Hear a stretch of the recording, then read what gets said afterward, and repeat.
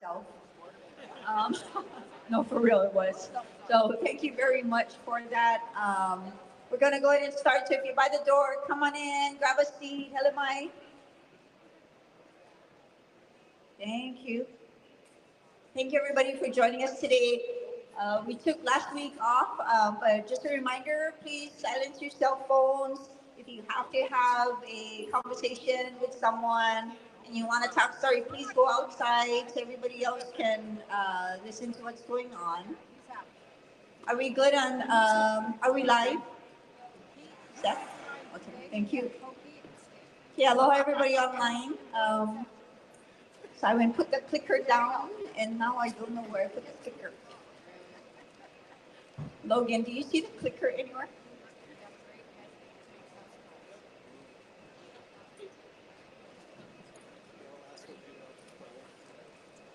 Small kind, clickerless. All right, just a few announcements. Where's our prayer group, folks? We have our prayer group here this evening. For anyone who wants to connect through the evening, please wave right in the front here. There you go. Okay, thank you, thank you. Oh, people wave back. Okay. um,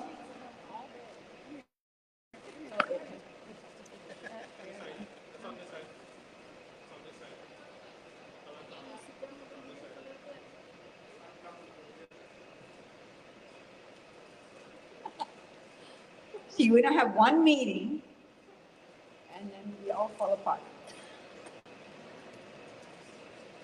Okay, we're doing manual.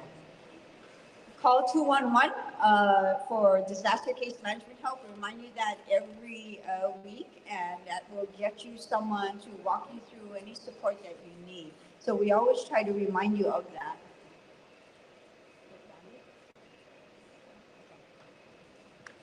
We also want to support you in taking care of yourself. We have mental care resources available at all times. If you have an 808 area code, please use, you can text 988. And here on our screen is a hotline to call directly. All of our slides will be on mauirecovers.org, and all of our slides are showing on our Facebook page as well. So you can go there and zoom in if you can't see it because you're too far away or you're online with us. For Kahua Mill property owners, just want to remind you that we added a few more dates. So August 16th and on the 17th, we have some dates there, and they'll be continuing on. They'll be continuing to use the Office of Recovery at West Maui Lahaina Gateway at our office next to the Ace Hardware. Is it working?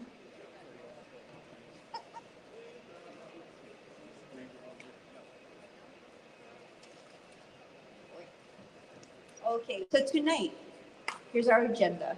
We're going to have an update on how it went with the Kuhinia Maui gatherings that we just did, hear a little bit about debris clearing from Colonel Swenson, meet his replacement that's coming in, a new member of our Ohana, and then we'll hear from our folks from the county infrastructure team about the unsafe water advisory amendments and updates to our wastewater system. We also have tonight, we had postponed it earlier from another meeting, but the Lahaina Community Land Trust folks will be here with us this evening. Before I turn this over to Mayor to offer some comments and do a little bit, I saw Uncle here. Uncle, would you like to begin our official part of our meeting with a pule? We missed you the other week, but we welcome you here. Mahalo, Lahaina. Me too, I miss you guys, but I gotta do something else too yet. But anyway, dear Lord, we thank you for this opportunity for a safe place that you have provided us with. And especially we thank you for the leadership that you have blessed us with and their teams. And we especially like to ask you to bless those that has been working in the burn zone, because there is a lot of spiritual and mental and a lot of that negative, And at this time, I wanted to hold off, but I would like to ask everybody to take a moment and ask, ask God to bless our Colonel for his well done work, and that he take the Colonel home safely and bless him spiritually, physically, and mentally, that he may leave the things that he encountered back and leave it in God's hand, and that he doesn't share this with his family as he go back home, that he be clean. Lord, we ask this and in Jesus' name. And we ask that this meeting, I also can feel the Spirit, so I ask that you be here with us and take care of all of us and bless our leaders, especially our mayor. I know he's been battling a lot of um, things too, so, but bless him and his leadership and team, that they will be able to consult us and give us guidance to what you provide them with and the resources that you provide them with. We thank you, Almighty God, for your blessings, and we ask that you continue to bless us through this time. It is not over yet. So with this, I thank you and I thank everybody. Thank you, Uncle. Before Mayor takes over, I'm told we have a birthday for one of our friends here who's celebrating 87 years old today. Connie Sutherland, your friends ratted you out. They wanted us to tell you how it is now and sing you happy birthday because you're among friends. So let's sing Connie, Auntie Connie here, happy birthday. 1, 2, 3. Happy birthday to you. Happy birthday to you. Happy birthday, dear Connie. Happy birthday to you. 87 years young. Mayor, we're going to turn this over to Mayor right now to begin our formal program.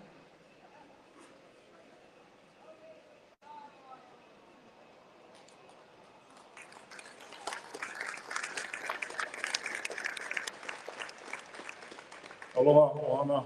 Thank you folks for being here. I know it's been a very busy past weekend, so appreciate that you folks are all here with us tonight.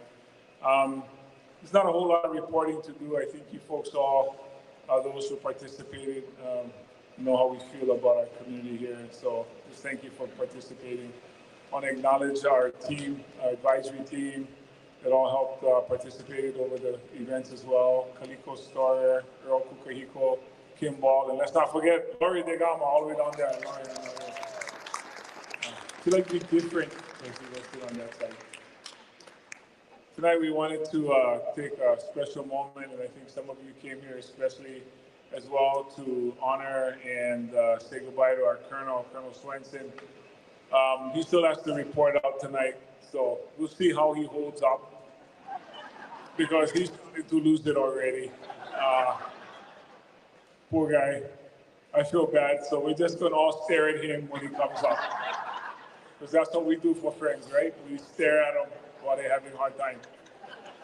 We're here to support him. The Colonel knows that. Thank you so much, Uncle, for that beautiful prayer and asking that all the bad and all the lepo, whatever he picks up, stays here and he doesn't take home. That's very traditional to say it in that way. And that might not be something he's used to, but I think we all understand why that's important. So that was a very, very appropriate blessing to leave with him with tonight. Colonel, if I could call you up just for a second, I just have a small thing here. I'll tell you what it is, even though it's a surprise. It's not really a surprise.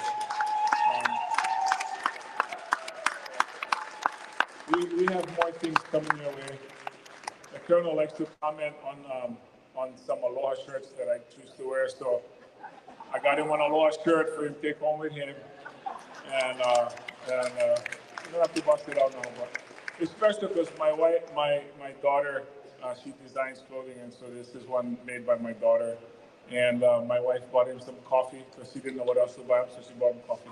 But We have some gifts also from our team for you, Colonel.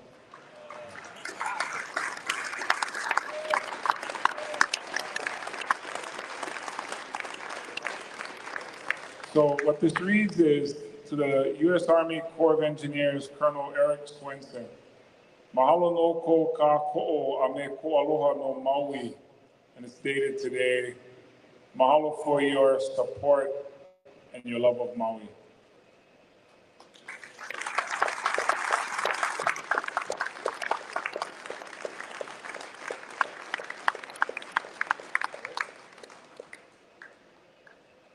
Okay, I guess we're gonna take pictures. Wait.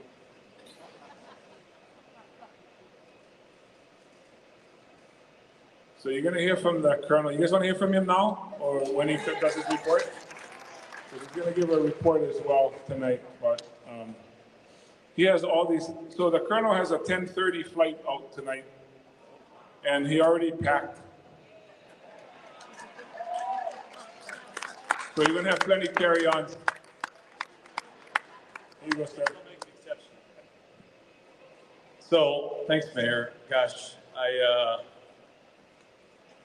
had this hat for a while. A friend gave it to me, and I wasn't sure if I should wear it in uniform, but I figured if there's any day I can wear a red hat in uniform that doesn't say Army Corps of Engineers on it, it's tonight, and it's appropriate for this audience.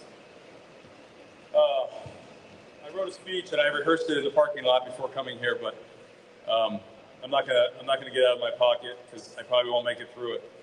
So I'm just gonna start like I've started this 22 times, 22 Wednesdays before. Aloha. Aloha. So I have some great news to tell you today, and I'm gonna stay in the box here, right? And I think I've used the bat in cleanup, but I think my replacement, Colonel Colin Jones, given his performance here this morning, or this afternoon, cleaning up. He's the true cleanup batter. So we'll bring him up next. He's all around debris. Human, doesn't matter, he got it. Dog, he's got it. So I'm gonna bring him up at the end to introduce him formally to you. He will be the new me. He'll be probably better than me. And I just ask that when he takes the reins, that you just give him the same support and hard questions that you gave me. Because those hard questions enabled us to find the friction points in debris removal process and in the housing process. Because you told me that you wanted to get off cesspools, and we creatively figured out how to legally get some homes, not all, but some homes off of cesspools. And I am proud to say that we broke ground today on Fleming Road, and in a few months' time, about 29 homes along that stretch will be able to one day soon tie into public sewer. Yeah. So enough of that talking, sewer talking. We're going to move on to the update here. So the teams, again, I am just the conductor. I am just the conductor, and as I was told tonight, the bearer of good news and hope and inspiration, which touched my heart. I've been telling. I gotta come clean.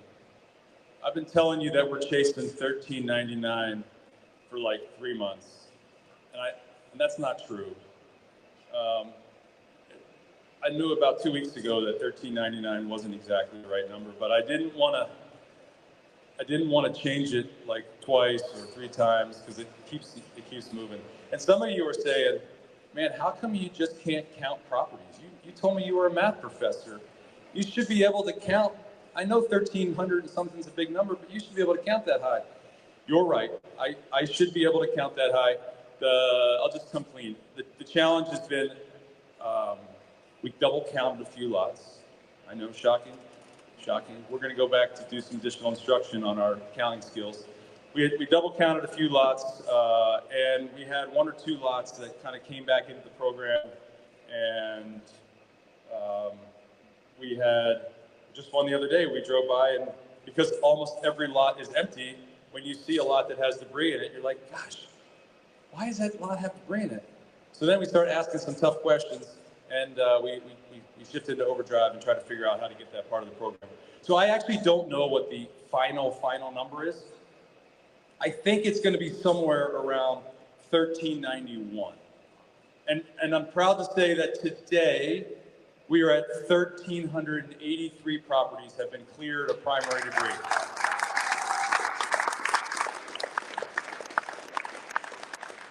Which is some variant of 99%, right? 99.7, 8, and as a math guy, right, I'm just gonna round up. So I told you I'd get to 100%, and I'm gonna count it close enough. Colin will drive this one home when I leave. We'll get us all the way to 100%. And of those, 1,258 have been returned, ROEs have been returned to the county, and those residents, minus maybe the shoreline, some of those, but everyone else should be able to go to explore pulling a permit. And today I did a victory lap's the wrong word. I did my final drive through Lahaina town, and I tell you, it was really heartening to see so many homes being constructed. I saw lot lines going in. I saw forms for for foundations and footers, and that is the sign of progress. So you all have a lot to be proud of for how fast you have gotten, concrete in the ground and wood on foundations. Let me shift over to commercial debris removal. Again, I'm home to 159. My replacement might adjust that number one or two, but I think 159 commercial/public historic properties. We've cleared 82 of them.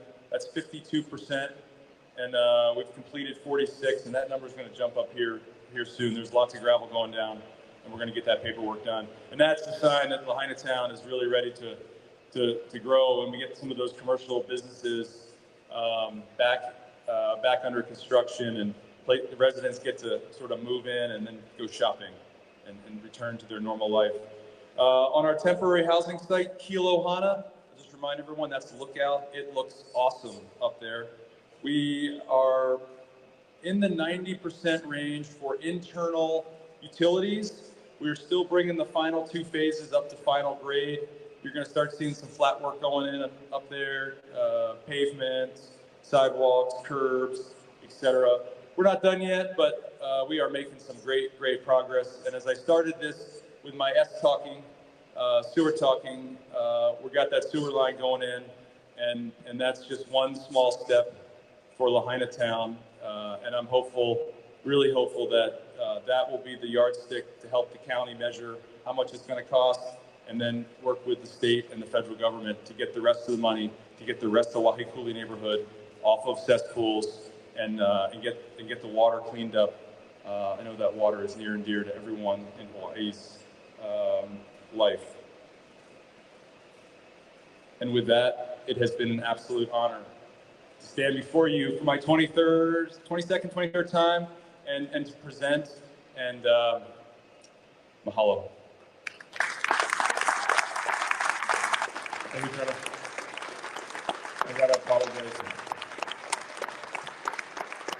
Very good. Yeah.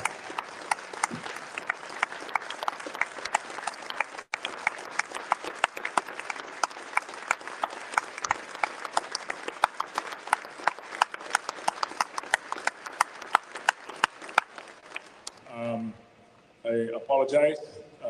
I actually called him up just to say a few words. He wasn't supposed to give his report yet.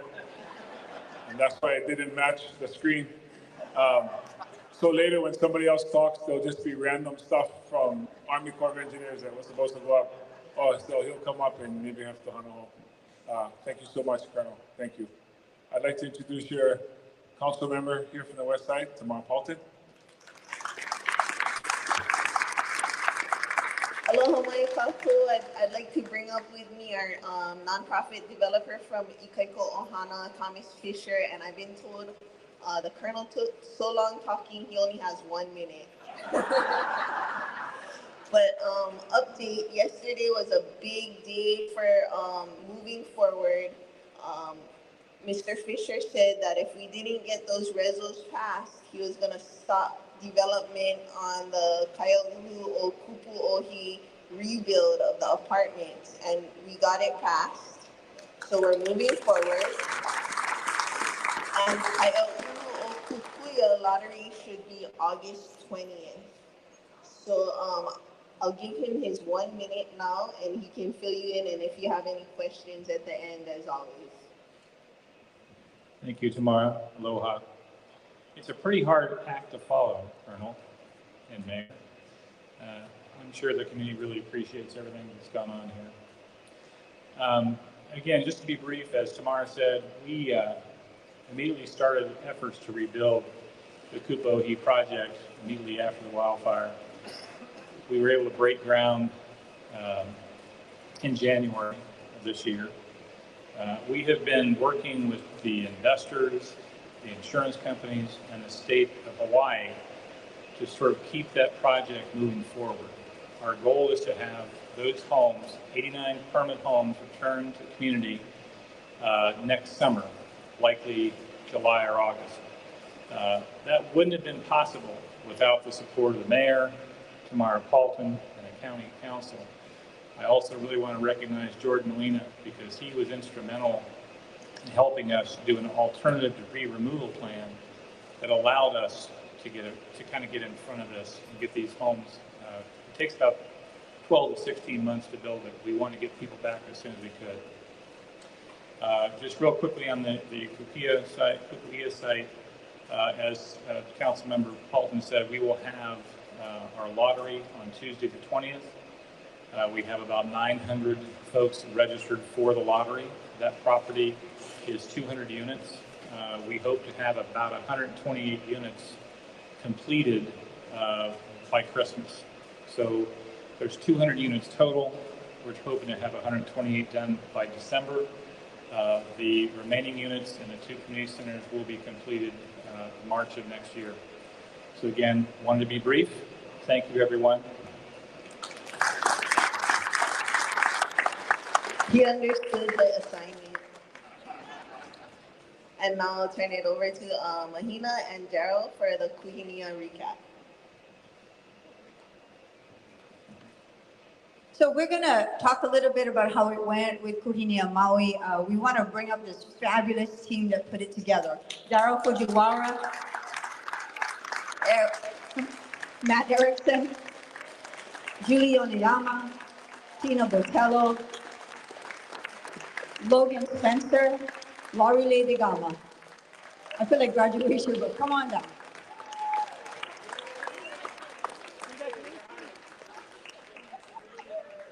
This is a team No Sleep. They were 20-hour days for many weeks, and I have never in my entire career worked with a team like this that never said no. No matter what the community wanted, they did it. So I want to mahalo them. We're going to share some things. I'm going to turn this over to Mayor first, because Mayor has some special words to say. Oh no, I think their work speaks for themselves. I mean, I think you guys all appreciate the work that they did. And I'll read what's on the bowl as best as I can without my glasses. Ka pohaku kihi pa'a, presented from a grateful community for your efforts that made Kuhinia Maui a tremendous success. Mahalo nui loa for your dedication, leadership, and deep aloha for Maui. And this is presented to your own Daryl Fujiwara.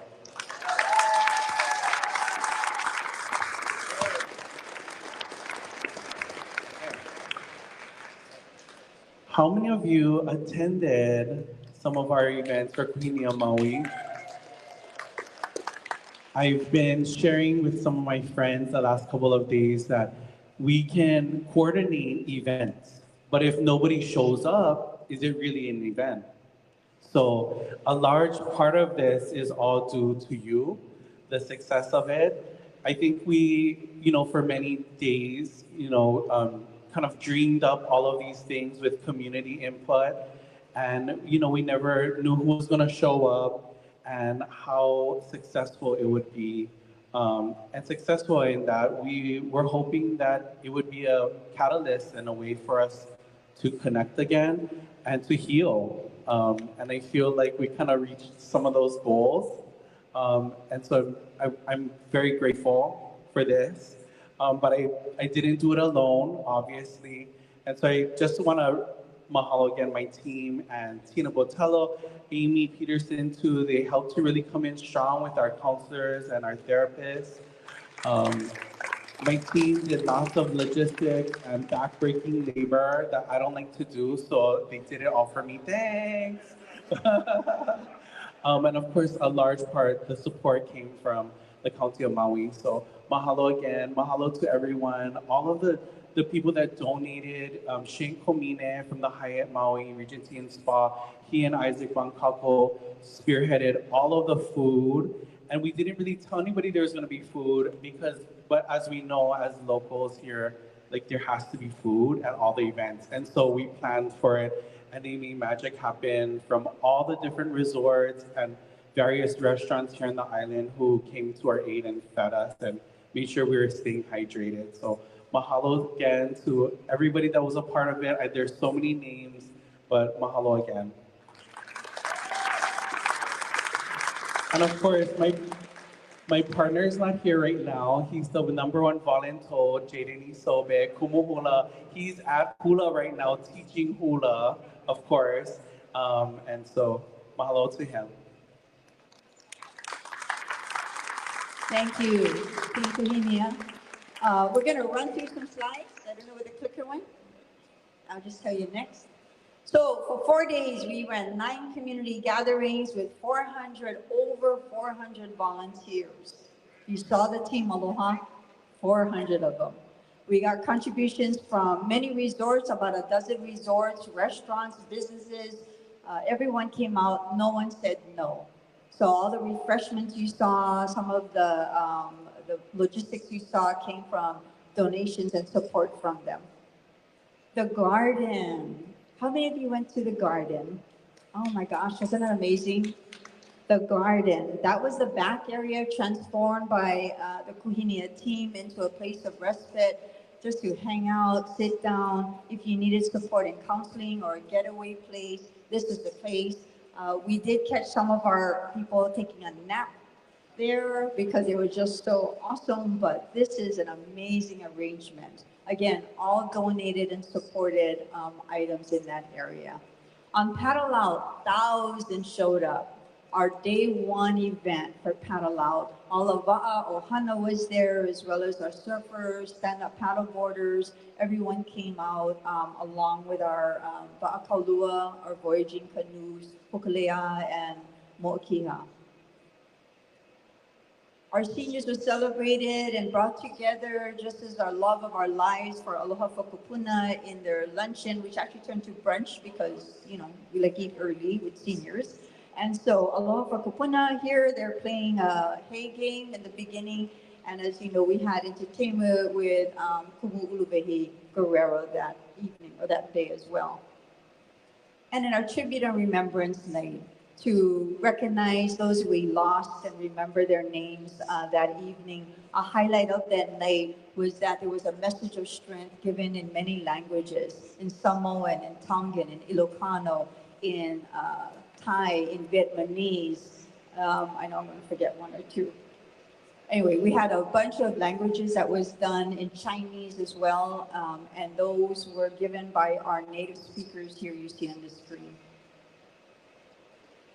We booked it on up to Upcountry in the Hannibal Tavares Community Center for the Upcountry Aloha Luncheon, attended by almost 300 folks there. This is our kids from Kamehameha schools volunteering as part of our Team Aloha, serving those in attendance. And then we, of course, if you went to this play, how many of you went to the Kamehameha schools presentation of Kamalu Ulu'olele? Wasn't that amazing? Wow, just wow. This was attended by several hundred people at the Bowen High Auditorium, a huge hit to honor Lahaina, the history and the stories, by 140 plus students flown in by charter from Oahu Kapalama campus.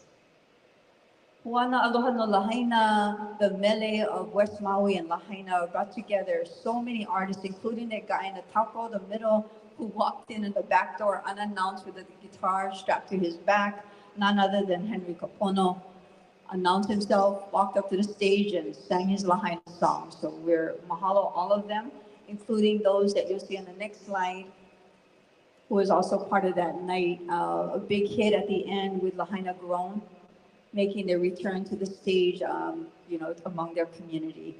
Part of that night was the drone show, which lit up the sky with the Lahaina Luna L, with different icons and things around our Lahaina town. And of course, we ended with the sky lighting up with We Love You Lahaina.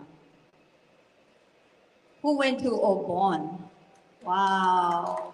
Obon was just amazing. So Obon, as you all know, 3 missions came together. Those were impacted by the fire. They came together and returned the community's tradition of Obon to Lahaina town, attended by well over 1,000 people. It was an amazing, amazing night at the Cannery Mall lawn. We came together on Sunday in a day of hope and prayer, heavily attended, but the highlight of that was not just the messages of hope and remembrance and a tribute to the strength of Lahaina and Maui from Jen Mather of Waiola Church, as well as Kaliko Storo, Uncle Earl Kukahiko, and at the very end, our very own First Lady, Mrs. Ka'ihi Bison, joined us that day as well. But we had the highlight performance by Ula Lena, Lahaina's own. That was very, very well received. I think everybody who was there was waiting for Ula Lena. But their 4 numbers brought down the house and was reminiscent of all the things that are Lahaina, where everyone's connected no matter what you do. We ended our day upcountry in Makawao with the Oski Rice Arena hosting the upcountry Aloha gathering. That's Smiling Masada in the middle. She spearheaded it for us, and it was a very different atmosphere, very upcountry. But so many people attended, even though we ran out of the free 300 Paniolo burgers that everyone got, the first 300, and people just kept coming anyway. We had wonderful music and a whole night together with them and kids and vendors, and we gave away hundreds of free watermelon. That was good. I think our team ate half of the watermelon. They were testing it out, but mahalo, mahalo to Upcountry for hosting us as well. 17-year-old Kabekiu Palakiko was part of the Day of Hope and Prayer. She had a message that was only from the eyes of a teenager from Lahaina. And we put some of her quotes here, talking about how she was, her speech is actually on social media, on the Kuhinia page, and I'm sure it'll also run elsewhere, but we invite you to listen to the whole piece. We took a clip we want you to hear. If you missed her speech, her words will ring true to so many here tonight.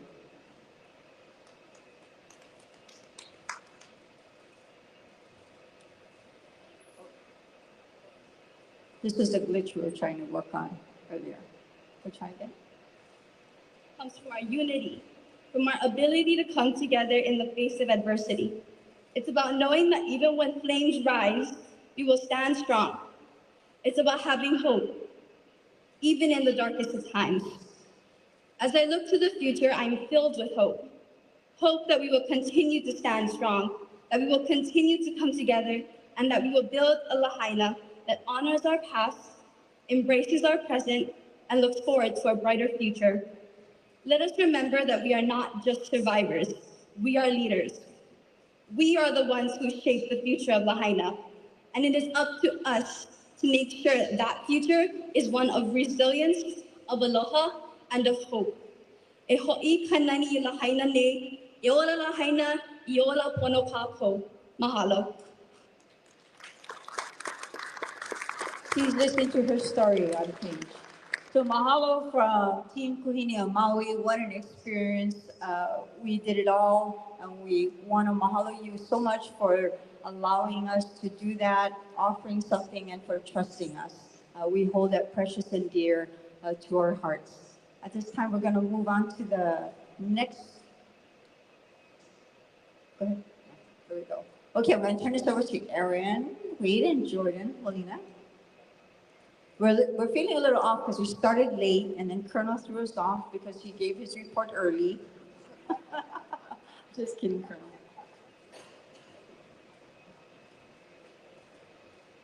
All right. Hello, everybody. Thanks for being here. My name is Jordan Molina. I'm your Director of Public Works with the county.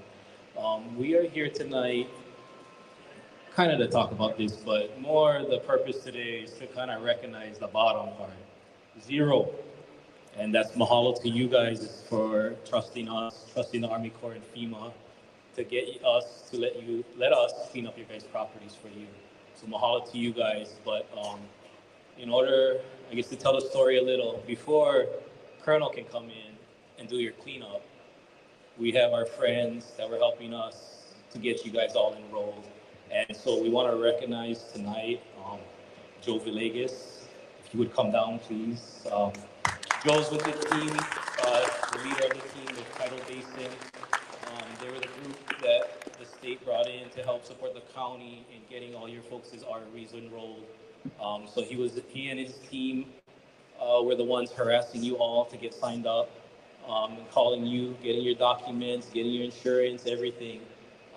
And it took a special person with the right attitude, with the right understanding of what they were coming into, to really meet this milestone of getting, everybody effectively signed up and getting Lahaina where it is today in the time we did, which, Colonel's mentioned before, is, if not definitely a national record in terms of a cleanup of this magnitude happening this quickly.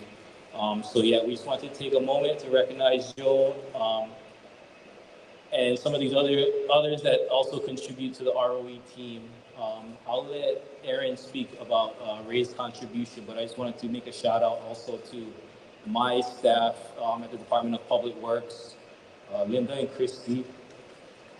Them two, by themselves, reviewed everybody's right of entry, and they were the two to verify that all your folks' ownership was cleaned up, was correct, helped you understand how you actually own property.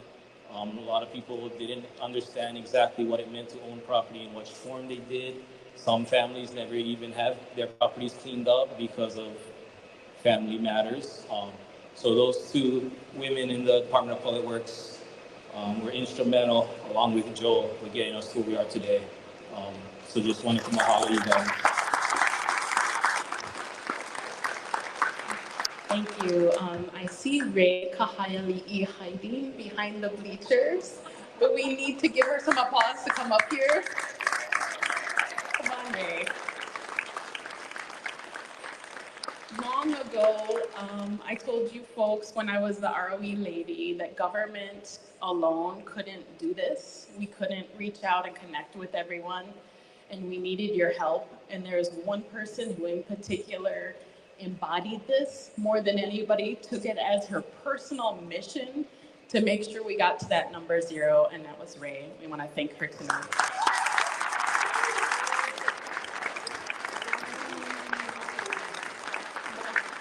She was amazing, and all the way to getting on a boat to Lanai to help take people ROEs, meeting them wherever they were at, spending the time connecting and understanding their issues, whatever came up. So please, on your way out tonight, as you see both of these, Joe,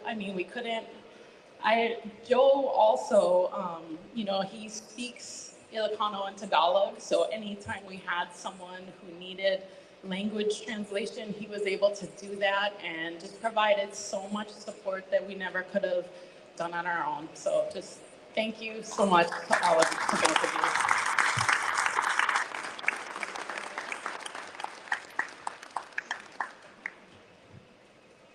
Thank you, Team ROE. So, Colonel, can you go to the next one? So, Colonel Swenson already talked, but we were ready with this slide. I love Wednesdays. We were going to load up the video of him dancing in the Obon, but we had technical challenges. We have a lot of video on Colonel Swenson. Especially, well, how tall are you? 6'4", and an obon dance. Stuck out, I'm telling you. Everybody was yelling, look at the colonel, look at the colonel.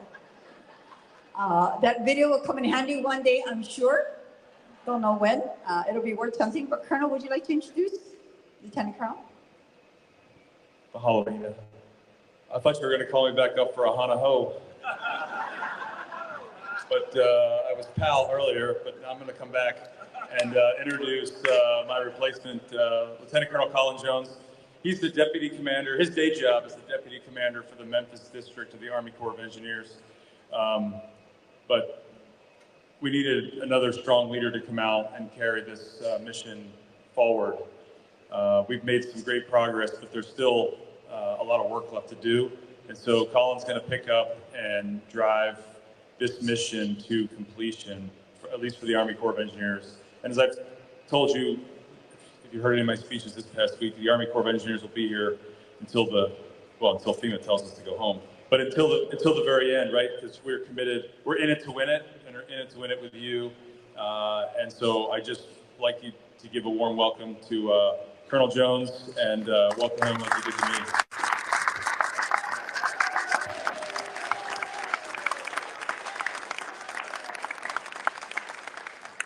Aloha. So finally, aloha. Aloha. So I was just getting a little excited because I'm finally here. First Wednesday community meeting.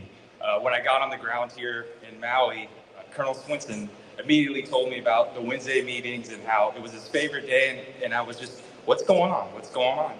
And so I'm finally here, and I'm thankful to be taking part in this meeting and going forward for at least the next six months, carrying through on the U.S. Army Corps of Engineers mission here in Lahaina. So over the last week, Colonel Swinson's been gracious and passed off a lot of knowledge to me. I've had mahalo to everyone that I've already been able to meet over the last week during the important remembrance events, and I'm truly thankful to be welcomed into your community, and I look forward to serving your community and earning your trust going forward. Thank you. Welcome, Colonel. We had to put a picture up, which is a classic one. And I will tell you, at our closeout event for Kuhinia, when we were up country at the Oski race, Colonel Swinson was on this big stage, elevated stage, and he says, the Army Corps of Engineers will be here until the job is POW. And I heard somebody in the bleachers go, oh, brother, the guy in uniform just said POW. So then somebody else said, he was trained well. So you're going to get it, I'm sure. At this time, Kimo, we'll move on to our water.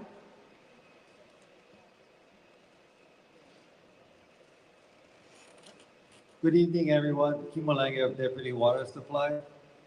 First of all, I would truly like to thank all of the community for their patience as we work through amending the water and bringing it back to drinking water standards. Thank you very, very much.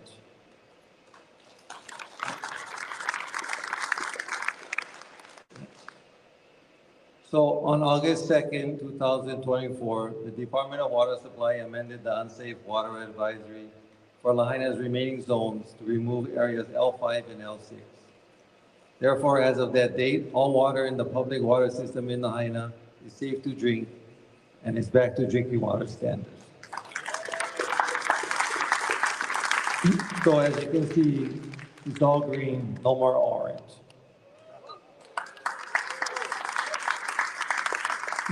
So what should I do when turning my water back on for the very first time since the unsafe water advisory was lifted? Water may have stagnated in the plumbing of your homes and buildings while the advisories were in effect. And the Department of Water Supply recommends customers flush their lines to remove any standing water in the plumbing and pipes due to non-use and replace it with fresh water. Lines may be flushed by opening valves and letting the faucets run for at least 10 minutes. So in order to amend the last two large areas in Lahaina, we needed to cut and cap 850 service laterals. Currently, we have replaced 120 of those laterals and meters. How do I request my water meter to be reinstalled? Please call 808-270-7730 or 808-270-7834 to request a meter be reinstalled. Part of that process may include replacing your service lateral if we needed to cut it. Does the replacement cost anything? There are no charges to replace any service laterals that are cut due to contamination or damage, and no charges for the water meter to be replaced. How long will it take to get my reader replaced? The wait time could be between 2 to 6 weeks. You can call weekly for updates. Note, we are trying to prioritize the customers that have permits and are ready to rebuild. Now that the UWA is lifted, does the property owner have to do anything to resume their water service? Once your water meter has been reinstalled, you will need to contact customer service at 808-270-7730 to reactivate your account. When will I be billed for my water usage? You will be billed once your meter has been installed and your account is reactivated. Thank you.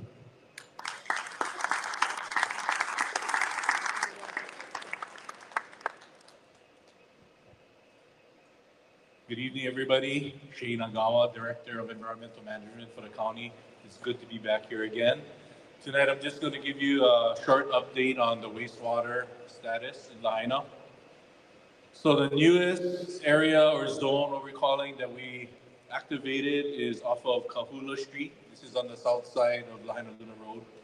I know it's just a small portion for now, but we are continuing to gain traction.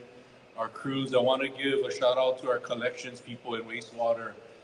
Not only do they have the rest of Maui County to take care of the sewer system, but they've been doing and putting in a lot of extra hours to do all this internal or in-house repair work in Lahaina so that you guys can get your wastewater service back on. So now, this is an update for people who live off of Fleming Road in Lahaina. As the Colonel mentioned, I want to start off by thanking Army Corps, who's working on that sewer line for the interim housing up above Waikuli. They didn't have to provide service to people off of Fleming, but they worked with our wastewater reclamation division. They heard the needs of the people, and they are putting in the laterals off of that sewer line to service the people on Fleming Road.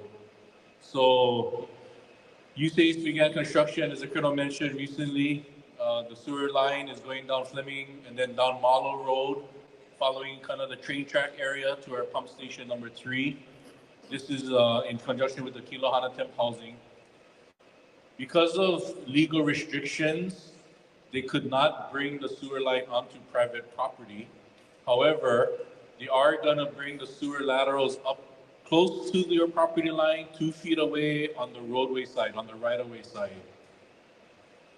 Along with that, they're going to bring a clean out to the surface, which is kind of like a chimney, if you can imagine, the lateral and then the chimney. So they're going to bring that to the road grade. So what does this mean? You'll be required to, 1, obtain the proper permits and work with our Development Services Administration under the Department of Public Works. Your contracted plumber or contractor should know what kind of permits are going to be required to do your hookup to those laterals. You need to have your plumbing contractor relocate the clean out to within 2 feet of your property line on your property side. And that is to bring it up to our wastewater standards.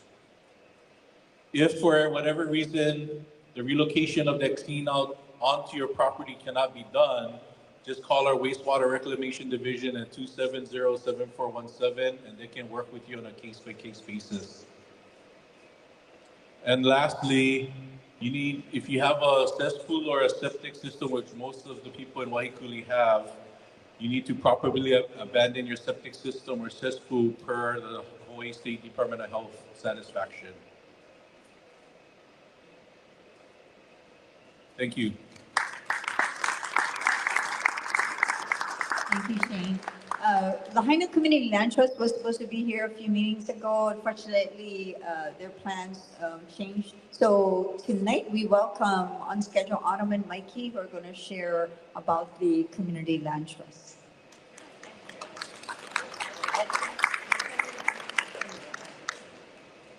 Aloha, everybody. My name is Autumn Ness. I'm the director of the Lahaina Community Land Trust, and I'm going to explain a couple things, but I also want to introduce Mikey Burke, who is the current president, Carolyn Alveloa, who's our operations director. We have a couple of our advisory board people in the audience as well, Auntie Ginger right here, Kapali over there. We have a really amazing team. Before we start our slideshow here, I just want to let you folks know that we heard your concerns about land grabs when the fire was happening, and we share them. We understand that this community has been facing displacement, even pre-fire, for decades, and that we knew that this fire could either rapidly, exponentially speed that process up, or we could respond in a way that turns this whole thing around, not just post-fire. Okay, thank you. Not just post-fire, but we could solve this problem forever for this Lahaina community. So we started the Lahaina Community Land Trust, and then although we are a new organization, none of us are new to this work, protecting land, protecting water, creating fair housing policy, and we are supported by veterans in the land trust world across Hawaii, across the continent, post-disaster land trust, indigenous-led land trust, anti-displacement experts. Lahaina is so supported, and we are really standing on the shoulders of a lot of people who have done this work before us.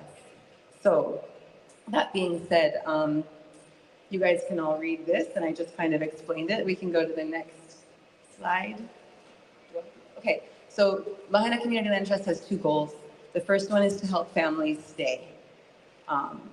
If you don't have the resources to do so and you're struggling with staying here, we want to help with that through an insurance gap program, which we'll talk about in just a second. And also the second goal is that land that does go up for sale, which we're already seeing that happen, we're positioning ourselves to be able to purchase that and hold it for the community forever. So what that looks like, the insurance gap program, that's actually a typo. We have $3.5 million that we got from the County of Maui for a pilot program. We're currently seeking matching funds, so that program will grow, but that's what we have to start with. And we're in a partnership with Hawaii Community Lending. What that looks like for you folks is the first step is to sign up for the Hawaii Community Lending's Lahaina Homeowner Recovery Program. They are going to, you can go to the next slide, please, thank you. They're going to do all of these things with and for you. They're gonna talk to your mortgage holder on your behalf if needed, all these things. They're gonna help you understand what your actual financial position is, and then help you understand what it's gonna take for you to rebuild, so we can identify what your true gap is. After all of the resources have been exhausted, all the appeals, all that, what's your real gap? And then they're gonna help you find resources to rebuild, and one of those is us. So Hawaii Community Lending, because they're our partner, everyone who qualifies for our program right now, they will refer to us, and we'll already have that number that you're gonna likely need to rebuild, so we can work with you on giving you not a loan, it would be a grant to finish that process. So a couple of things, details here, because the current funding is from the County of Maui's Affordable Housing Program, you have to meet certain qualifications to be able to receive the funding, and that's listed here. You have to be earning, your household has to be under $155,000 a year, and you must be an owner-occupied property. We are seeking matching funds because we're aware that there are people that make over that are also struggling. So just give us a second. We're doing our best to be able to find funds that don't have those rules attached to them so we can help more folks. And in exchange, this is part of what a land trust does, is we don't just protect a property for now or in the short term. Every property we touch is protected forever. So folks who receive funding from us, we actually enter into a partnership with them. We're gonna give you money to help you stay home. And in exchange, we ask that you put a kama aina easement on your property so that if you ever sell, you're the regular owner of your property, nothing changes there. But if you sell, you agree that you're going to sell it to another longtime Lahaina resident. And yeah, so thank you. So every property that we support will never, ever, ever be accessible to an offshore buyer again, forever. So the first things first, anyone who is a mortgage holder in Lahaina, we suggest that you reach out to these folks first. Much like us, they're kind of building the plane as they fly it, and they're really putting this program together in a rush. So be patient with them, but their services are really amazing. So if you have any questions, reach out to them first, and they're the portal that's going to allow you to get to the funding that we have. And I'm going to turn this over to Carolyn to talk about the securing land part. And just to clarify, if you weren't a mortgage holder, but you were a homeowner and you still are going through this challenge of trying to figure out how to rebuild, you can still go to them. They will still talk to you and help you as much as possible. Okay, so our second goal is this. Yeah, so any lands that where the owners do decide to sell, we are trying to position ourselves to be able to purchase and acquire those properties in the community's land ownership, right? Like, this isn't us, it's us. It's the big kako thing. And so this is just so exciting. This is something that I can't believe we don't do more of, but hopefully that's going to change. We're very, very grateful for the county's support. We have been given this initial allocation of $1.5 million of affordable housing funds for land acquisition, $5 million for open space funds, and $5 million for managed retreat funds to help address problematic situations along the coastline. We are working really hard to try to leverage this funding to try to attract other private funds in order to increase our buying capacity. But this is a really strong start for an organization that started in November. Thank you. Next slide. We are excited. Do I get to announce this? Oh my God. We're in contract to purchase our first property in Wahikuli. Right? Like, I'm still pinching myself because it's just surreal. This beautiful family contacted us when they heard what we formed. They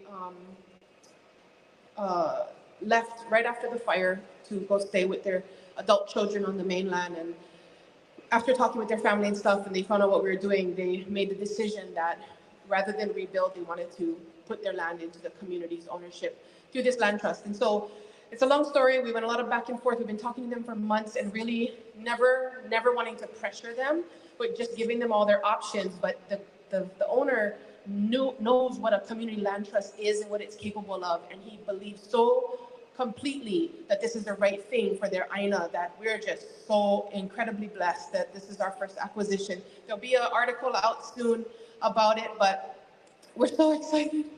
I'm sorry. We actually signed the contract for purchase on August 8th, as it so happens. We're super grateful for the Conservation Fund, who's partnering with us and providing the bridge funding to make this happen really quickly, because as much as we love the county's funding, it doesn't move that fast, but it's okay. We're working it out with them and we're gonna get there. But these guys are really helping to make it happen quickly. So we're gonna acquire the property, put some homes on it, and then make it available for eligible Lahaina residents to be able to purchase.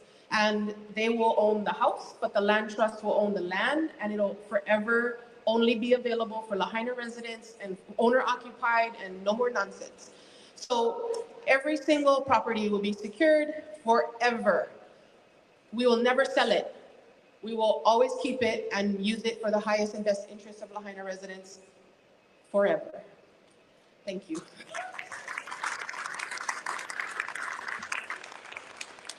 If you follow us on social media, you might have seen this being shared out through Lahaina Strong, through our website.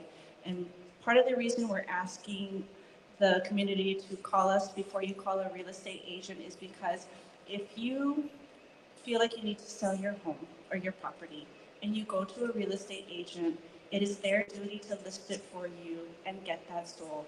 But if you come to the land trust first, we ask you, how come? We want to know if you want to sell or if you need to sell. And if you need to sell, why? Is there something that can be done? Do you need to sell because you just can't be here? Or you just don't have the funding? If it's that you don't have the funding and you want to stay, we want to help you stay. That's what it means by keep Lahaina lands in Lahaina hands. We don't just want to purchase the land and protect it. We want our people to stay here first. So purchasing a property is the last resort for us. If we can help our Ohanas stay and no one ever had to sell to us, that is still an enormous achievement for us. We can achieve keep Lahaina hands in Lahaina hands through Kama'aina easements, to helping find the gap funding for you to be able to rebuild. And then ultimately, if you do have to make that decision to sell, let us be your first choice and see if we can do it, and we can hold it in trust, and we can put another Lahaina family on there and keep our people home. Do we have anything else? Okay. Thank you so much. The last thing I want to say is I want to, there are funders both in Hawaii and across the continent who see the value in this work because they know how at risk this community has been and will be if we don't do something. So we have received funding that's going to pay to keep the Lahaina Community Land Trust doors open through next year and into 2026, which means that every dollar we raise goes directly to purchasing land. So we're just trying to spread the word. If people see value in this, every single dollar you come is not going to go to a salary or insurance or rent. It's going to come to purchasing land. Thank you.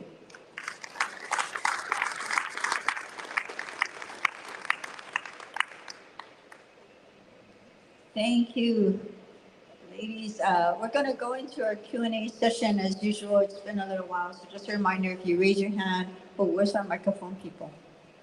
Oh, okay. People leave? Oh, 2 people. So tonight we have all of them here, of course, Army Corps of Engineers, FEMA, and we have our council member here. We also have members from Mayor Bisson's leadership team. We have Jordan, the Director of Public Works, Shane Agawa, Director of Environmental Management. We have Kate Blystone here, our Planning Director, and you met Kimo a little earlier, our Deputy Director of Water Department, to help with any questions, and our Land Trust team is also here. But tonight is really about asking Colonel Swenson all the questions you want, because he is leaving on a jet plane at 10:30 tonight. So we are not just bidding him a hui ho. We'll see him, as he told many of you, next time he'll be back here out of uniform and on vacation with his own family as part of Maui's Ohana. But if you have any questions for him, he might leave before you have to go to the airport. Or he may want you to ask Colonel Jones the hard question. So if you have a question, please raise your hand. Our microphone folks will look around and spot you. And right here we have 2. Uncle first. Yeah, right here in the front, Uncle. Yeah, followed by, I see Kimo and Eastman right there. Go ahead, Uncle, your question. Okay, thank you. Earlier, the Colonel asked about me asking me a question tonight, but I don't have a question other than, are you happy? Uncle, I'm happy.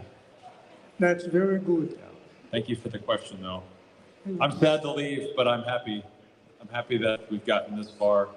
I'm grateful that you showed up each week and asked tough questions and caused the whole team to my left to think deeply about problems, and that caused us to come up with solutions, which ultimately helped you and the community. So, mahalo. No, thank you very much for your nice work done and your team. And then you have a good flight, safe flight, healthy flight home.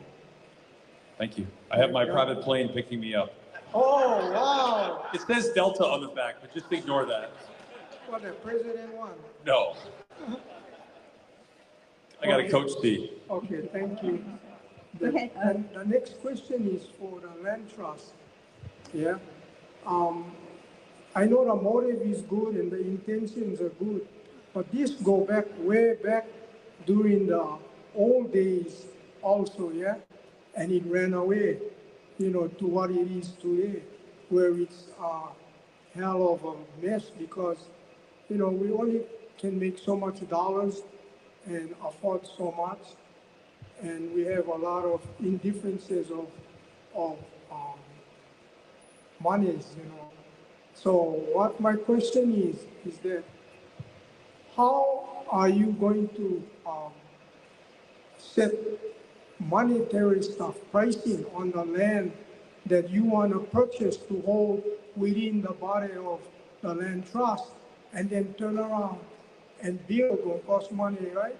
So how is the plan and the ratio that you folks gonna say how much it's worth? Because in that case, it still will affect the home issue back in 2007 and 2008, where it became what it is today. So will you folks become a authorized body to regulate prices on real estate and work with the government values on the property? Because government get one value and real estaters get another. Real estaters get the high end, yeah, whatever they can put in their pocket. But that is my concern because it sounds good, but brother, it can change. So that is my question about pricing. Thank you, Uncle. Go ahead, Autumn. Okay, so great question. There's a couple of layers of what you asked. The first question is, how do we determine a value of land? For the first purchase that we're doing, we had the land, we had a few different parcels appraised by numerous appraisers so that we could just start to understand I hate this term, what's market value for a parcel in the burn zone. And when we got that, we offered the homeowner actually the higher level of what the market value was for the land. That was accepted. So now we're going to bring this land into trust and we're going to build a home on top. So there's a lot of ways to define like affordability. The county has one definition, but in general, the formula says that somebody shouldn't pay more than 30% of their income for their housing, right? So land trusts across the country use that formula. We would build a house on top and then sell the home, not the land below, to a homeowner. And we determine what the price of that home is by construction costs, et cetera, but sometimes the land trust takes a loss on the first home because the home buyer can only pay 30% of what they make. It's very, very subsidized housing, right?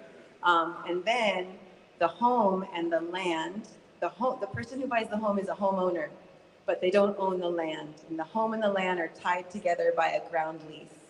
And the ground lease is the thing that dictates, to answer your next question, about what the price of the home on top can be in the future. So the homeowner gets a really, really cheap home, and in exchange, if and when that homeowner sells the home, the ground lease says that the home can only appreciate at X% per year.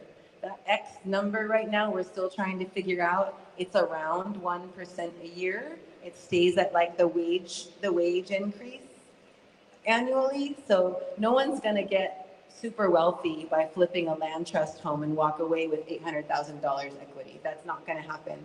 But they will be able to live in that home forever and ever and ever with a mortgage that doesn't break their bank, And so that ground lease stays with the home and the land forever as well. So the next person that buys it will also have the same agreement.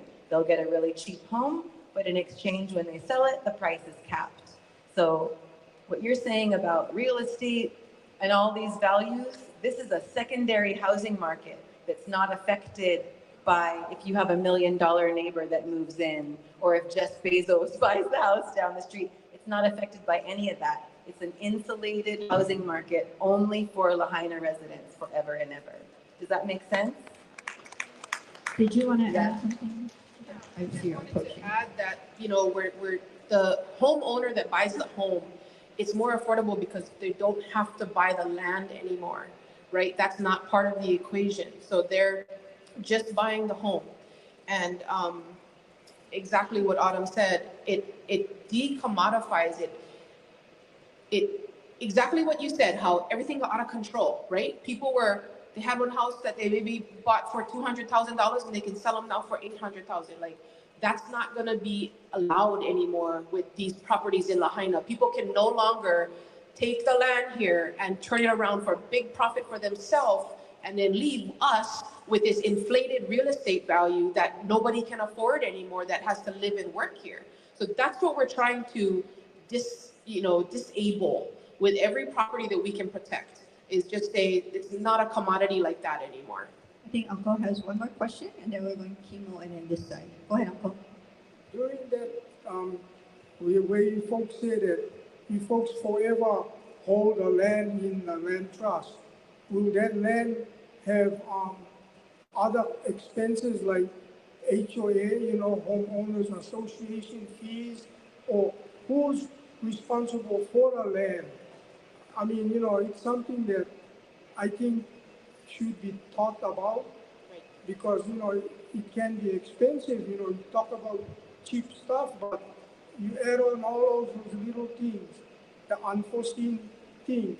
It can be expensive, and the next buyer or the folks trying to pass on don't know about it, and they just happen to say, oh, I need a home, and the guy willing to sell, and they buy, they fall into a trap. Yeah, we are not creating big homeowner association fees at all. There will be a minimal lease fee, like $50 a year, $100 a year, or month. Property taxes still need to be paid by the homeowner, but we're working on strategies that the property taxes will be assessed at more of what the value of the actual home is, not the land anymore. And another minimal stewardship fund monthly fee is a part of that, but it's not nowhere near the astronomical types of HOA fees that you hear about in some really fancy neighborhoods, unless the land we acquire is subject to those, in which case now the land trust is a part of that community. So now we can maybe engage in conversations on HOAs and what kind of fees are assessed and whatnot. So great question, but some of those solutions we're going to have to continue to work at. Uncle, looks like you get one more question. One more. Okay.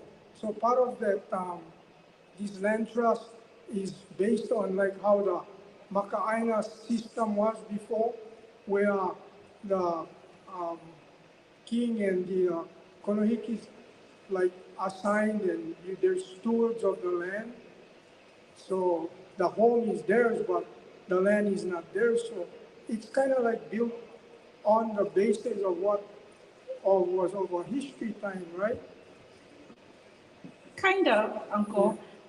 It's kind of modeled after DHHL, Hawaiian Homes, right?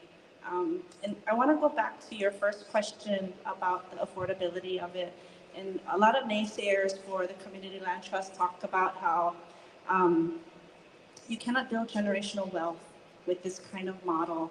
But we're trying to push back to say that Lahaina's generational wealth is very different. What we think of as generational wealth is the ability to take an ohana that's working 3 or 4 jobs and put them in a home that is not worth $1 million. If you have to buy the land and the home together on the market right now for $1 million, us local people cannot do that. But if the trust owns the land, that takes like 500 grand out of that mortgage. And so now this ohana can walk into a bank and get a mortgage for $500,000, which means that 4-income household can drop to 2 or 1 income, right? And that means that the dad can go and be the football coach for their keiki, or they can go to the play for their little daughter. It's the time freedom of that. And the equity that you think you're not going to make in your home when you sell it, you have instant equity in your life. Instead of paying a $6,000 mortgage, you're paying a $3,000 mortgage. Instead of working full-time 4 jobs, you're working 1 or 2 jobs. You have time freedom. That's the vibe we're looking for in our community. We don't want to have to live here and spend all of our time working for the man. We want to enjoy Lahaina. we want to enjoy our ohanas again, and that's where the wealth comes in, the generational wealth comes in. We can keep ohanas together, and we can keep them here in the place that they should be raising their families in. So it's not the monetary wealth that we're looking for, it's the time wealth. Okay, I just was afraid of the monetary stuff. but I really, really appreciate you, Manawa, on how you think and how you feel for the people of the community, because I, for one, look after the community and not only as an individual. So it bothers me when it becomes, I can like see the fall of it. If you folks, or one of you folks, not, part to it, because, bro, that thing fall apart, it's gonna become a mess. Thank you, Uncle. So because Uncle asked 4 questions, doesn't mean everybody gets to ask 4 questions, okay? So we're gonna let Kimo ask his question over there. We have one in the front, and then we have one waiting on the top. Go ahead, Kimo. I think it's going to be something like the old Hawaiian days, made up of nothing. And you're going to have to work for it. Nobody give you anything. You got to work for it. And as the times go by, we were born. My dad hardly making any money. We had a lot of kids. 14 of us went to school. Some of us dropped off because the little ones got to get taken care of. And everything keep getting more. Today, sure, we make good money, but what about the kids coming from the back? Because this thing is turning around. It's not going up. It's turning around. You're going to start from the bottom again. So it's going to take, I don't know how many years it's going to take. I was born in 1939. Same old things running around. Only thing, the pay went up, and everything is hard to make a living and pay for things that you cannot afford. You gotta get a top job. Everybody going to school. You think they want to come back over here and start a family? No, I don't think so. They'll come back to visit, and probably the parents or the grandparents, the grandmas, they cannot take care of themselves because everybody else is working, trying to make a living. They take these grandmas or grandpas, take them to the main and make something of themselves up there. It's going to be hard because we still can. You young, yeah. We up there already. We in our 80s already. So we just got to sit back and hopefully we don't fall on and somebody run you over. Thank you. Thank you, Kimo. We'll go here, Nicole, and then we'll go to the top. Right there. Go ahead. Aloha, everyone. I don't have a question either, but I would like to give a mahalo to Colonel Swenson as well. And quickly put my thoughts together. I think you came in about 6 months in, yeah.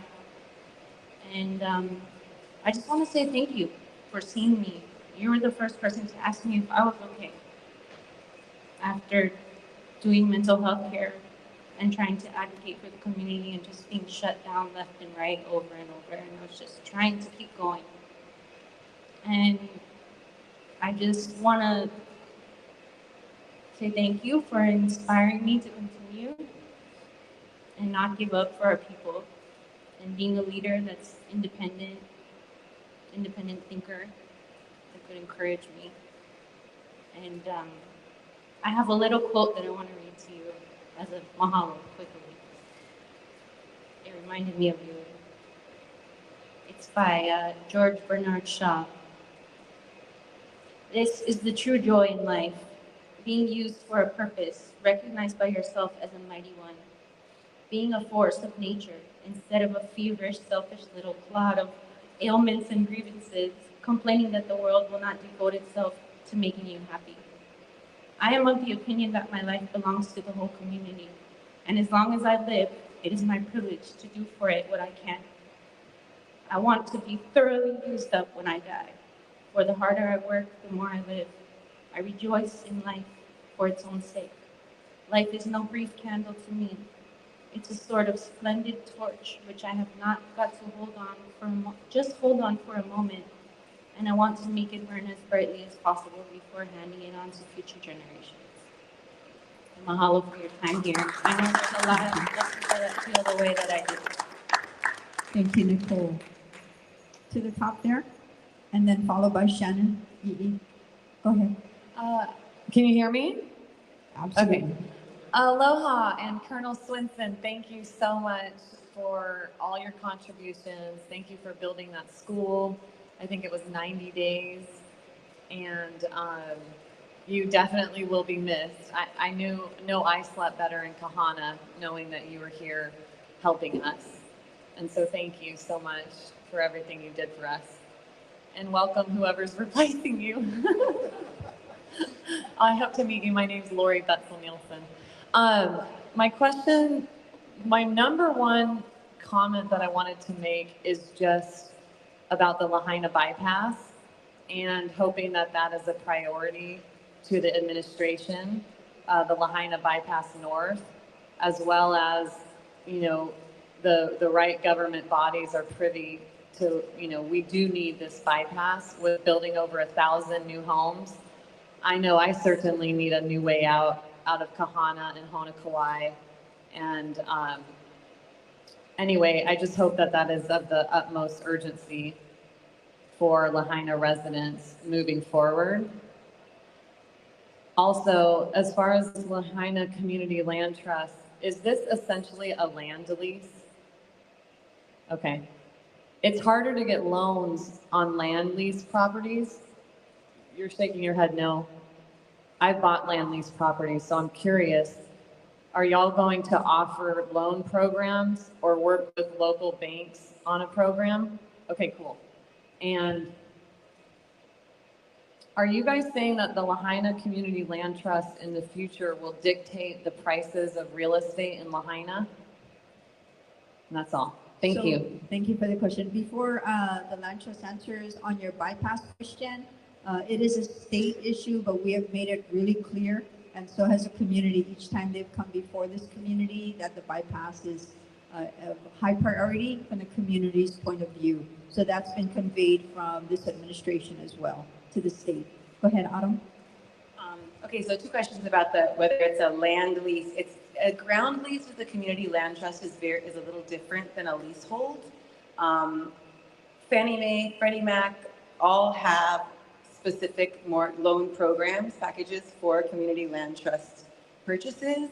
And the thing about community land trust homes is we don't just sell it to somebody and walk away. When you own a community land trust home, you are part of a family. So the odds of foreclosure or of you not making your mortgage payment on a community land trust home are very, very low. And banks actually really love to lend to community land trust buyers because it's such a supported system. So that's the first thing. The other thing is, in no way, both legally nor do we want to regulate real estate prices across Lahaina. The community land trust will only have any control over real estate, over home appreciation on land trust land that the land trust has purchased. So, and that's how land trusts work. We're not really inventing this. It happens all over the country. So we can dictate the prices, the appreciation of homes on top of land trust land because they're so heavily subsidized. It's like a duty to the community. We invest really heavily up front to make a property affordable, and in return, every future owner accepts a modest appreciation model. Does that make sense? Okay. Thank you. We have a right here. Go ahead. Aloha. Aloha, Mayor, and everyone, and all the work you've been doing. But I just wanted to follow up on the question about the Lahaina bypass, and you mentioned it is a state issue. And as the state representative for West Maui, the update as of today with the Maui Metropolitan Planning Organization is the Maui Island, the Maui TIP, Transportation Improvement Plan, has the bypass on it. So that's through the efforts of everyone calling the departments, being involved with the MPO outreach all last month. So, but it's just the start. We need to continue the voice of this community to support it. I appreciate the county being stepping up to want to support it too, but it's going to take all of us. And this is really needed. It's a health and safety for all of us. We can build evacuation routes off of it. And as for infrastructure for Director Molina and people and water department, we can run our utility, electric, sewer, power, R1. Really want to get the R1 going. So please, community, continue to support this, and you can always reach out to my office, and I can point you in the right direction on how we can accomplish this. So mahalo for this opportunity. I'm smiling because this is State Representative Ellie Cochran, being incognito with her lei and her hat and her haku. Almost didn't recognize you, but I was admiring your flowers. Aloha and mahalo, Representative. Go ahead, Shannon. Aloha mai. I just wanted to say thank you most especially to the Kuhinia Maui team. I think that Lahaina definitely needed those events. It was very just like, I was really grateful to be around community. Yeah, a lot of us have either moved or just been all over the place and kind of focusing on like a lot of the stressful situations. And so that to just be there and enjoy and have fun, it was amazing. So thank you so much. And then also like seeing the administration actually there at every event, like literally I could tell that some of you were tired and you still showed up. So mahalo, like we see you, we really appreciate it so much. My question is actually for my Kane. He's like, you need to ask this question. So I'm like, all right, I think this is for Army Corps. When will the recycled concrete pile stop increasing that is creating a mountain across from our house? So we lived on Komomai Street. The continued grinding of concrete contaminated with ash is creating toxic dust that blows onto our lot every day. How are we supposed to rebuild with these conditions and enclose our house with these continued release of contaminant dust for us to continue to breathe? So that's why we haven't started building our house. Yeah. Thank you, Shannon, for the question. Colonel? Okay, I'll save Colonel Jones on this one.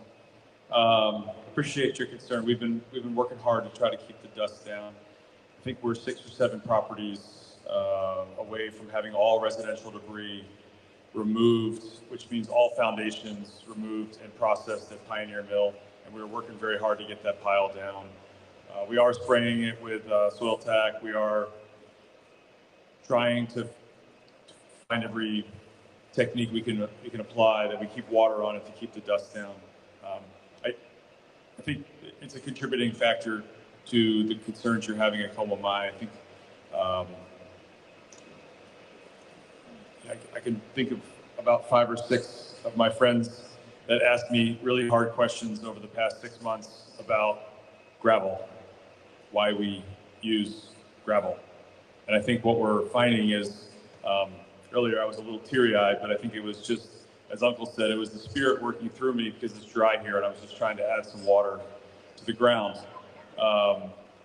That's my story. I was sticking to it. But as you've seen outside, we haven't had a lot of rain, and so I think we have had some wind, and I think some of the effects that you're having, I don't discount that some of it's from the crushed concrete operations, but we also have other challenges here with keeping just the regular dirt on people's properties and not blowing in the air. But we're working it. The days till we get every property complete are numbered, and I'll probably be home before we get the last one done, but it won't, for residential, but it won't be much after that when the last bit of concrete comes into Pioneer Mill and is processed, and then we'll start to ship it, start to offload it, and we will do everything we can at that process to make sure we have plenty of water on it so it doesn't blow around. And so some of you are thinking, well, what about all those commercial properties that are left? The commercial concrete is getting sent to a different site slightly south of town without a whole lot of residential properties in the immediate vicinity of it. And based on how the winds are blowing, we haven't had as much problems. But we are also doing the same thing there and trying very hard to tackle that dust and knock it down before it has a chance to spread across Lahaina town. So, mahalo. Thank you, Colonel. It's almost 7:30, so we're going to take one more question because I know many of you want to give your aloha to Colonel before he heads out to the airport. Well, now I say one more question. 3 of you raise your hand. Okay, we're going to go 3 last questions, okay? I know you've been waiting patiently, and then we're gonna go here, and then there was one there. Go ahead, sir. Hello, and thank you all for all the work you've done. That sounds amazing. My question is actually to the mayor and the governor about housing security or insecurity. We just celebrated our 1-year anniversary of the fire, and also the people that have earnest insurance from the insurance companies, their insurance runs out in 1 year. So we're getting close to that time for all those folks.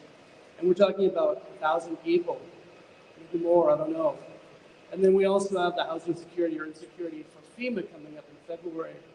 So I understand that governors across the country have made a proclamation to extend these benefits, which costs the state nothing.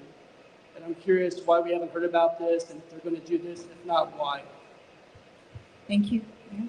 Are you asking me why the governor is not doing it?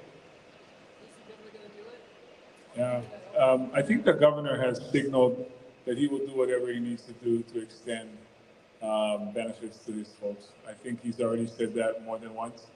But if your question is for FEMA, I don't know what they intend to do, but they've signaled the same thing. I was reading something today that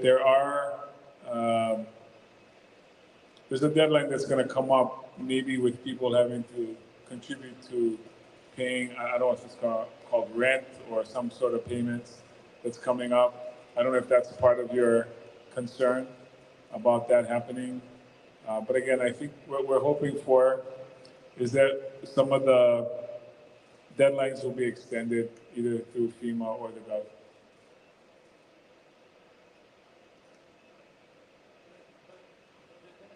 Thank you for that. But what I'm suggesting is that basically people who have earnest insurance, the insurance companies are covering their rent, which, as we all know, is between $5,000 and $15,000 per month, which no one can afford. And it's 1 year anniversary right now, so those people are going to be running out of that support anytime. And someone needs to make an announcement to give them at least 45 days notice, like a landlord would. You might have to move and find someplace else. And right now, I've never heard anything. Is there something that's coming? Is there a proclamation coming? Is there a specific example you have of, is it your property you're talking about or your situation? Well, I have a girlfriend who has homeowners insurance, and her insurance runs out in September. Okay. Well, we can talk about her situation when we're done with this. All right. In some of the previous meetings, they did say when your insurance ALE or LOU or any of the letters runs out, then you become FEMA eligible. And a few meetings back, Mr. Peacock said just apply for FEMA already, even if it hasn't run out. So that's an option. And FEMA is still at the Lahaina Disaster Recovery Center Monday through Friday. You can walk right in 8 to 4:30 and go sit at their desk. So if your insurance alternative living expense or loss of use is running out, I would head down to the Lahaina Disaster Recovery Center tomorrow at 8 a.m. At the gateway. Thank you. Did you want to add to that? Go ahead. And we're going to take two final questions right here in the front and this one in the middle. Go ahead. Just quickly, we do have someone back here holding her hand up right now that can support on any applicants today. And we also have folks at CNHA in Central Maui. I think it's 8 to 6, 8 p.m. or 8 a.m. to 6 p.m. Monday through Friday is when that's open. So there you go. Thank you. Thank you. Microphone to the front right here. Yeah. Okay. So, and then Logan. Oh, first of all, I want to say thank you to Colonel Swenson. It's pretty impressive to have a Haole Army man be accepted by a community like our community. So that's a judge of his character and all of his help, because normally I wouldn't let one guy like that on my property, but I was happy to see him on my property. So, and he worked to get our sewer line on the Fleming. So mahalo, mahalo, mahalo. My question is, and I wasn't gonna sue. I always said that from the beginning. I'm not gonna sue, but the $4 billion. Can I ask a question about that? Yeah. So with that $4 billion, I'll use pies. I wasn't gonna go and say, you know, guys responsible for this fire, make me one pie. But I know like had 600 people who said, no, you make me one pie. They saw that and said, you know what, we're gonna just make one huge pie for everybody. One big, huge pie with fruits and custards and whipped cream and cherry, whatever on that huge pie. Now, I never forced them, but since they made them, I like to take my slice of this pie. So I like cut my slice, and I like custard, and I like cherries and strawberries. Okay, you can take your pie, but you gotta cut your piece. I gotta cut your piece. So the lawyers, they like take 25% to 40% of my piece. And now I heard today that Judge Cahill said, oh, the insurance company is not gonna be first. You're gonna be first, we'll get the money. But he never said that the insurance company is not gonna get the money. He just said they're not gonna be first. So they're gonna get the money at the end because of double dipping. So I got money from the insurance, and then I'm gonna get money from this settlement. That's double dipping. But isn't paying premiums and getting money from the settlement double dipping? So will the insurance company pay me back all of my premiums that I paid from 1987 to 2023 so that they're not double dipping? Why does double dipping only fall for us and not for them? So I'm just worried that we're all happy that we get this huge pie to choose from, but in the end, it's the lawyers and the insurance company who make all the money, and the money that the county, the state, HECO all put in for the people at the end not gonna get them.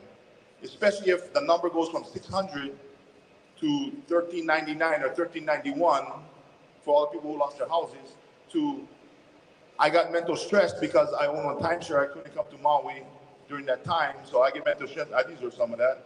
Or I was at the banyan tree and I couldn't come back to the hotel and grab my bag, so I got mental stress for that. So how does that work? Because I talked to 3 different people who went to a luncheon with the lawyers, and they're all telling me the exact same thing, and it sounds like a sales pitch. So I would like to speak to someone who is neutral, who can tell me, oh no, you can go sign up for yourself. You don't have to use a lawyer and pay 25%. Or even why does the lawyer need to get 25% if they are not doing the work? All they're doing is taking the information you give them, taking them to whoever controls the money. So it's basically doing what I could have done, but because they're a lawyer. So if they get 3%, I could understand, but 25 to 40 is pretty big. Yes. I'm still not sure which question I'm answering. Kiko, let's talk about this offline because I don't have all the details because the settlement is not done yet. It's going to take a couple months. What you're hearing, some of it is leaked, some of it is inaccurate, and some of it is not complete, it's incomplete. So what I tell you today, not going to matter next week or the week after that because it's still being worked on. You're right about the judge ruling. So the term they use is subrogation, where the insurance company says, well, I paid out insurance. Before somebody can collect, I'm going to get back what I paid out for the double dipping you talked about. So the judge ruled that that's not going to happen. Insurance companies cannot step in. That's a very huge ruling because ordinarily it goes the other way. So I actually commend the judge for his decision that he made to not let that happen.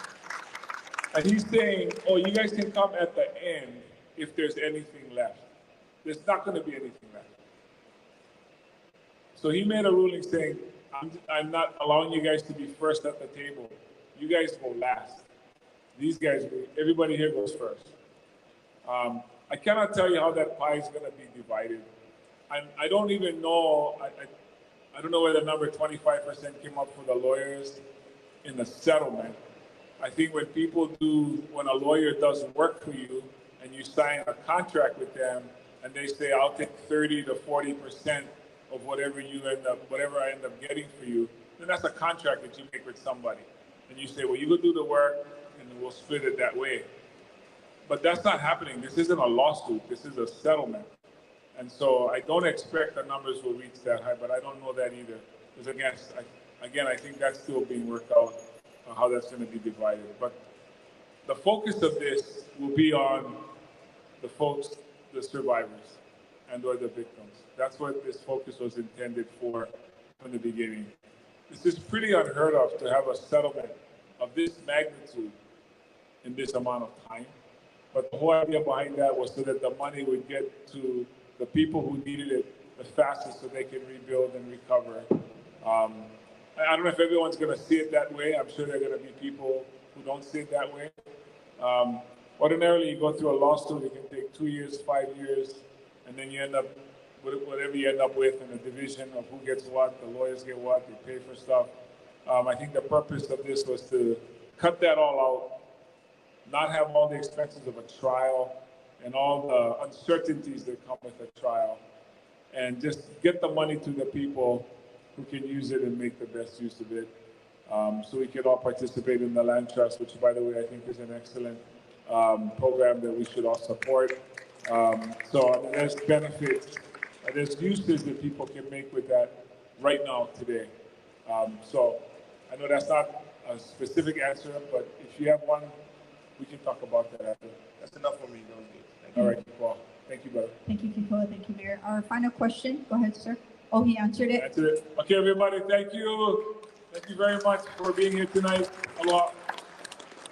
Colonel, thank you.